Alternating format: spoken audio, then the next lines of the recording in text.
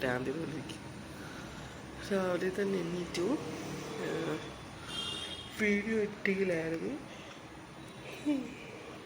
അപ്പോൾ ഞാൻ പോയി ബ്രഷൊക്കെ ചെയ്തിട്ട് വരാം.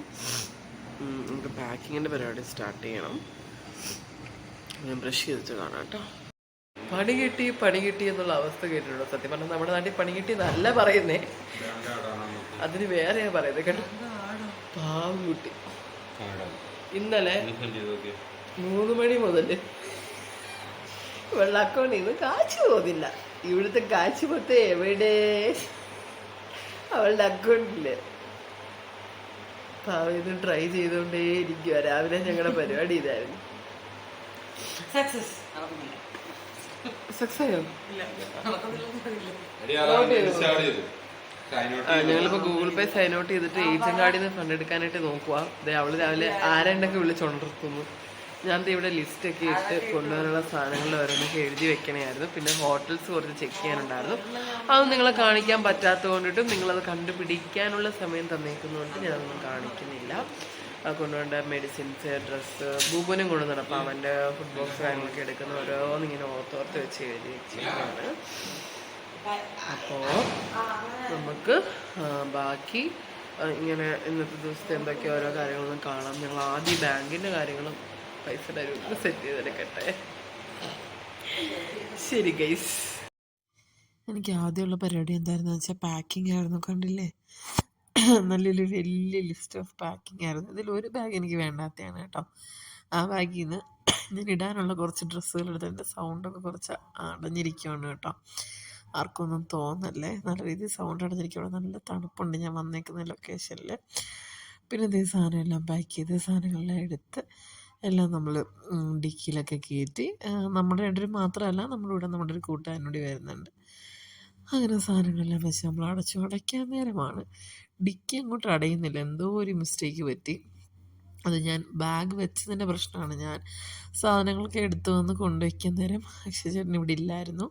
ഞാൻ തന്നെത്താനെയാണ് എടുത്തു വെച്ചത്. അപ്പോൾ അതിനകത്ത് എന്തോ ഒരു മിസ്റ്റേക്ക് പറ്റിയതാണ്. പിന്നെ ദേ നമ്മുടെ ബൂബുക്കുട്ട നേരത്തെ കയറിയിരിപ്പുണ്ട്. ദേ മിതു സെറ്റായിട്ട് ഡ്രൈവിംഗ് സീറ്റിൽ കയറിയിരിപ്പുണ്ട്.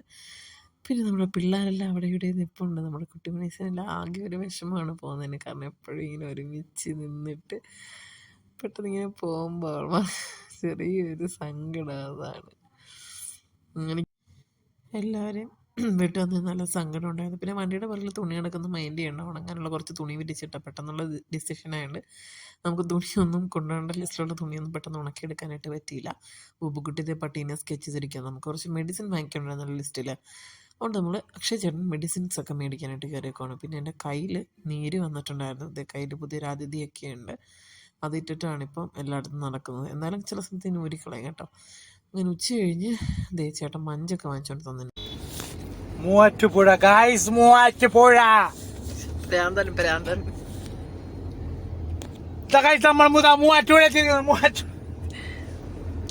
വാഴക്കുളം, തൊടുപുഴ, മൂവാറ്റുപുഴ. വാഴ വാഴ, നീ വാഴ. ഐ എം നോട്ട് വാഴ. ഞങ്ങൾ കഴിക്കാൻ കയറിയ സ്ഥലം കേട്ടോ. കണ്ടോ,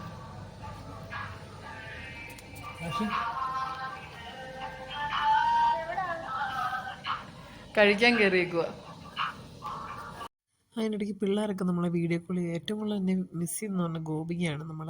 നമുക്ക് തിരിച്ചങ്ങനെ തന്നെ. ആദ്യം എനിക്ക് കുറച്ച് നേരം വണ്ടിയിൽ ഇങ്ങനെ ഇരിക്കുമ്പോൾ അവരെ ഭയങ്കരമായിട്ട് മിസ് ചെയ്തൊരു ഫീൽ ഉണ്ടായിരുന്നു. പിന്നെ അക്ഷയച്ചേട്ടൻ ഓരോന്ന് പറഞ്ഞ് ഇങ്ങനെ ചിരിപ്പിച്ചുകൊണ്ടിരിക്കുക, ഒരു മൂഡ് ഓഫ് ആയിട്ടുള്ളൊരു ഫീല്. നമ്മളിത് ബിരിയാണിയൊക്കെ പറഞ്ഞു. നമ്മൾ ബാർ റെസ്റ്റോറൻറ്റിലൊക്കെ കയറി ബിരിയാണിയൊക്കെ കഴിച്ചു. പിന്നെ അവിടുന്ന് നേരത്തെ കുറച്ച് നേരത്തേക്ക് അക്ഷയച്ചേട്ടൻ ഡ്രൈവ് ചെയ്യാമെന്ന് പറഞ്ഞു. അങ്ങനെ ഫ്രണ്ടിൽ ഞാനും ബൂബുക്കുട്ടി സ്ഥലം പിടിച്ചു. അത്യാവശ്യം നല്ല രീതിയിൽ മഴയുണ്ടായിരുന്നു, നല്ല തണുപ്പുമായിരുന്നു കേട്ടോ. അതാണ് സൗണ്ട് ഇങ്ങനെ അടയാനുള്ള കാരണം. അതുമല്ല കുറച്ചുകൂടെ എന്തെങ്കിലുമൊക്കെ പ്രിക്കോഷൻസ് നമ്മൾ എടുത്തേനെ. പക്ഷെ ഒരു പ്ലാനിങ്ങും ഇല്ലാതെ പെട്ടെന്ന് പ്ലാൻ ചെയ്തൊരു കാര്യമായതുകൊണ്ട് നമുക്കങ്ങനെ എല്ലാ പ്രിക്കോഷൻസൊന്നും എടുക്കാനായിട്ട് പറ്റിയില്ല. ലിസ്റ്റിൽ കുറേയേറെ കാര്യങ്ങളും സ്ഥലങ്ങളും ഒക്കെ ഉണ്ട്. പിന്നെ എനിക്ക് പറയാനുള്ള വേറൊരു കാര്യം, നമ്മൾ ശനിയാഴ്ച ഒരു വീഡിയോ ചെയ്തിട്ടുണ്ടായിരുന്നു. അത് ആക്ച്വലി സൺഡേ മോർണിംഗ് ഞാൻ അപ്ലോഡ് ചെയ്യാൻ നോക്കി. ഓൺ ദി വേ റേഞ്ച് ഇഷ്യൂസും കാര്യങ്ങളൊക്കെ ഉള്ളത് കൊണ്ടിട്ട് നമുക്ക് അപ്ലോഡ് ചെയ്യാനായിട്ട് പറ്റിയില്ല. അത് നിങ്ങൾ സൺഡേ നൈറ്റ് ആയിരിക്കും ചിലപ്പോൾ വീഡിയോ കാണുന്നത്. ഞാൻ ഇടുന്ന വീഡിയോകൾ എന്ന് വെച്ചാൽ അതിന് പിറ്റേ ദിവസം ഇപ്പോൾ സൺഡേയിൽ ഞാൻ ചെയ്ത കാര്യങ്ങൾ നിങ്ങൾ മൺഡേ ആയിരിക്കും കാണുന്നത്. അങ്ങനെ നമ്മൾ പ്രേമിച്ചുകൊണ്ടിരിക്കുന്ന സമയം മുതൽ മിസ് ചെയ്യാത്തൊരു വാട്ടർഫാൾസാണ് ചിയപ്പ വാട്ടർഫാൾസ്. കാരണം ഫസ്റ്റ് ടൈം ഞങ്ങൾ വിസിറ്റ് ചെയ്തതായിരിക്കും. ഏകദേശം നിങ്ങൾക്കിപ്പോൾ ലൊക്കേഷനൊക്കെ മനസ്സിലായി കാണും. പിന്നെ ഇത് നമ്മളോടൊപ്പം ഒരു ഫോട്ടോഗ്രാഫറെ കൊണ്ട് അടുപ്പിച്ച ഫോട്ടോ, നമ്മുടെ സിംഗിൾ ഫോട്ടോസ്, പിന്നെ നമ്മളൊരു അടുപ്പിൻ സെൽഫിയൊക്കെ എടുത്തു. പിന്നെ അതിന് ശേഷം നേരെ നമ്മൾ നിങ്ങൾ ഊഹിച്ച അല്ലെങ്കിൽ നിങ്ങൾ വിചാരിച്ച ലൊക്കേഷനിലേക്ക് നമ്മൾ എത്താൻ വേണ്ടി പോവാണ്. നമ്മൾ റൂംസൊക്കെ ഓൾറെഡി കാണേണ്ട ഡെസ്റ്റിനേഷൻ്റെ അടുത്തിങ്ങനെ ഓരോന്നൊക്കെ പ്ലാൻ ചെയ്തിട്ട് പ്രീ ബുക്ക് ചെയ്ത് വെച്ചിട്ടുണ്ടായിരുന്നു. അങ്ങനെ നമ്മൾ ആ റൂമിലേക്കാണ് പോകുന്നത്. ഇതിനിടയ്ക്ക് മാപ്പ് 2 വട്ടം പണി തന്നു. ഗൂഗിൾ മാപ്പ് കറക്റ്റ് അല്ലായിരുന്നു. നെറ്റിൻ്റെ ഒരു പ്രശ്നം കാരണം നമ്മൾ റൂംസിലെത്തി. 1200 റുപ്പീസിന് നല്ല വൃത്തിയായിട്ടുള്ള റൂമായിരുന്നു കേട്ടോ. Neat and clean and hygiene. ഇത് 2 3 പേർക്ക് കിടക്കാൻ പറ്റുന്ന ബെഡ്, ഒരു ബ്ലാങ്കറ്റ്, പിന്നെ ഒരു കുട്ടി വാർഡ്രോബ്, നമുക്ക് അത്യാവശ്യം സാധനങ്ങളൊക്കെ വയ്ക്കാനായിട്ട് പറ്റുന്നൊരു കുട്ടി വാർഡ്രോബ്. പിന്നെന്താണ് 2 ഹാങ്ങേഴ്സ് ഉണ്ടായിരുന്നു.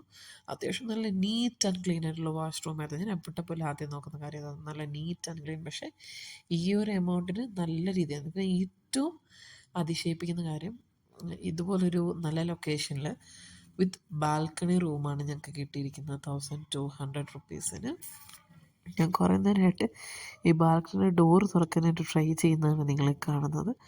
കുറേ നേരം ഞാൻ അങ്ങോട്ടും ഇങ്ങോട്ടും പിടിച്ചു വലിച്ചു. ഇനിയിപ്പോൾ കുറ്റിയിട്ട് വെച്ചിരിക്കുകയാണെന്ന് വിചാരിച്ചു. അല്ല, ഓൾറെഡി ജസ്റ്റ് ഒരു ലോക്കാണ്. അങ്ങനെ അവസാനത്തെ പരിശ്രമത്തിൽ ഞാൻ ആ ഡോർ ഓപ്പൺ ചെയ്തു. വലിയ അങ്ങോട്ട് വ്യൂ ഒന്നുമില്ല. മോർണിംഗിൽ ഇനി കറക്റ്റ് എനിക്കറിയാൻ പറ്റുള്ളൂ. ഇപ്പം നല്ല ഇരുടായല്ലോ, അതുകൊണ്ട് വലുതായിട്ടൊന്നും കാണാൻ പറ്റുന്നില്ല. നമ്മളത് ഏകദേശം നമ്മൾ സിറ്റിയോട് അടുത്ത് തന്നെയാണ് റൂം എടുത്തിരിക്കുന്നത്. അതുകൊണ്ട് വലിയ വ്യൂ ഒന്നും ഇല്ല, എനിക്കറിയാൻ പാടില്ല. ബാൽക്കണിയിലും നമുക്ക് 2 ചെയേഴ്സും ഒരു ചെറിയ ടീപ്പോ സെറ്റും അവർ കൊണ്ട് എന്ന് വെച്ചാൽ ബാൽക്കണി സെറ്റ് ചെയ്തിട്ടുണ്ട് അവർ. എനിക്ക് ഭയങ്കരമായിട്ട് ഇഷ്ടപ്പെട്ടു കേട്ടോ. നല്ല റൂമായിരുന്നു. പിന്നെ റൂമിന് തന്നെ ഡബിൾ ലൈറ്റ് സെറ്റിങ്സും കാര്യങ്ങളൊക്കെ ഉണ്ടായിരുന്നു. ബ്ലൂ തീമിൽ ജിപ്സത്തിൽ ചെയ്തേക്കുന്നുണ്ടായിരുന്നു. പിന്നെ ഞാൻ എന്തായാലും ഭയങ്കര ടയേർഡാണ്. അങ്ങനെ ഞാൻ കിടന്നു. നമുക്കിനി നാളെ കാണാം. ഞാൻ പറഞ്ഞ പോലെ വീഡിയോസ് നെക്സ്റ്റ് ഡേ ആയിരിക്കും അപ്ലോഡ് ആവുന്നത്.